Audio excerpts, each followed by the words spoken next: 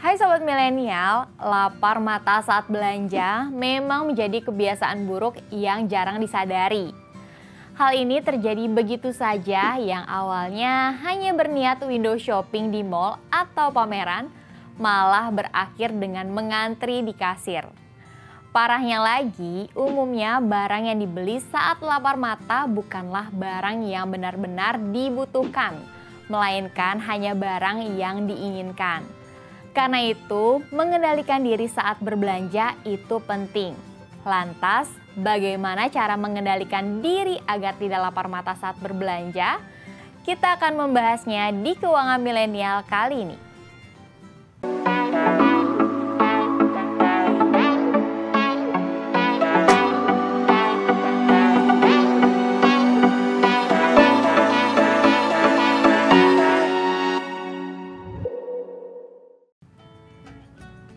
Sobat Milenial, kegiatan belanja memang membuat seseorang merasa bahagia.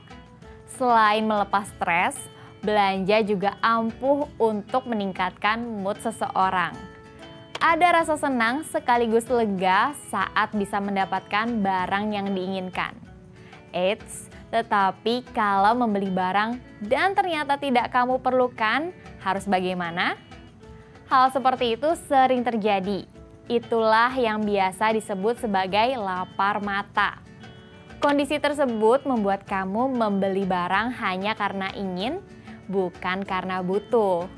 Alasannya bisa jadi karena bentuknya yang lucu, warnanya yang bagus, mumpung sedang diskon, mumpung ada di pameran, atau bahkan memang sedang hits.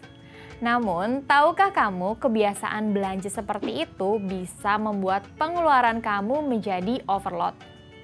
Penyebab lapar mata. Biasanya, kondisi lapar mata kerap kali muncul saat kamu sedang stres, adanya perubahan hormon dalam tubuh, atau saat kamu sedang melihat gambar makanan enak di internet. Walaupun lapar mata bukanlah gangguan kesehatan yang dapat berakibat fatal, kamu perlu mengenali dampak serius yang dapat muncul pada kesehatan. Lapar mata lebih berkaitan dengan psikis emosi seseorang.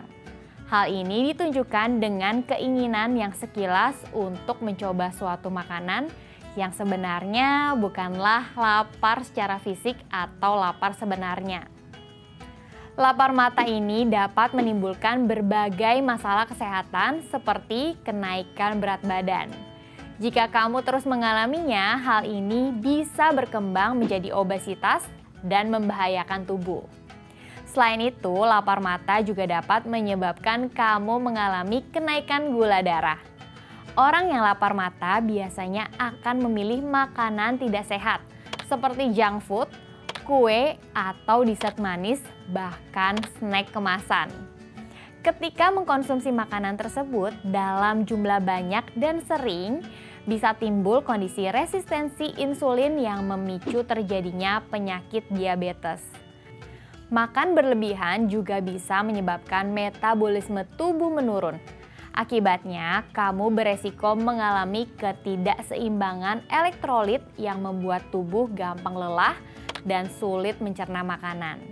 Ketika metabolisme tubuh tidak bekerja dengan baik, maka kamu juga beresiko mengalami gangguan pencernaan seperti perut kembung, mah atau sembelit.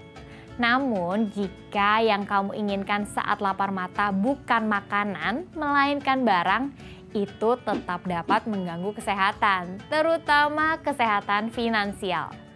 Karena lapar mata dengan membeli barang-barang yang bukan kebutuhan, misalnya mumpung sedang pameran, mumpung sedang diskon, atau bahkan karena barang yang kamu lihat itu lucu dan warnanya menarik, dan kamu sampai merogoh kocek yang besar untuk membelinya, maka hal seperti ini bisa mengganggu kesehatan finansial kamu.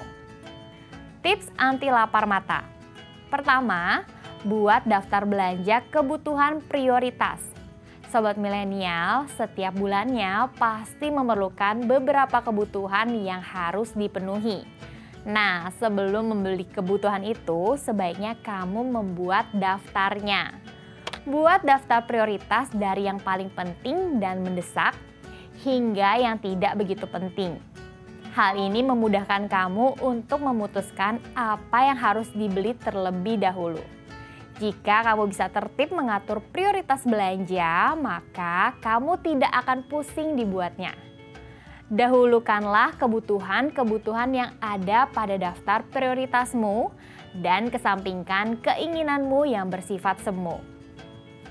Kedua, hindari memakai kartu kredit. Kamu harus mencoba untuk menghindari pemakaian kartu kredit. Saat belanja barang kebutuhan, usahakan untuk membawa uang cash.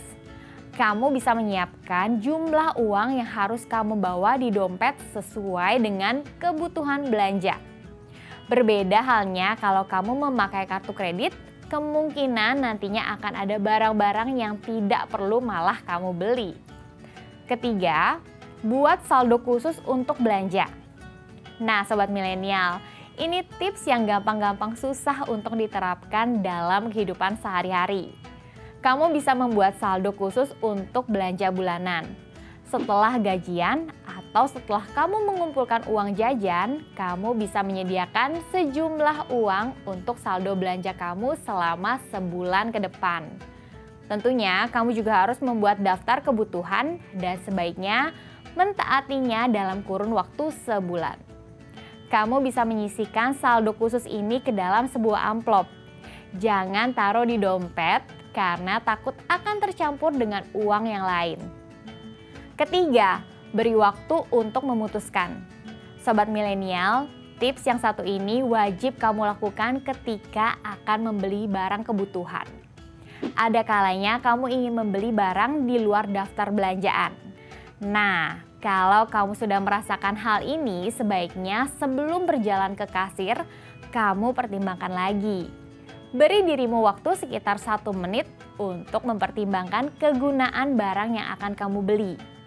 Pertimbangkan juga prioritas barang lain yang belum kamu beli. Hal ini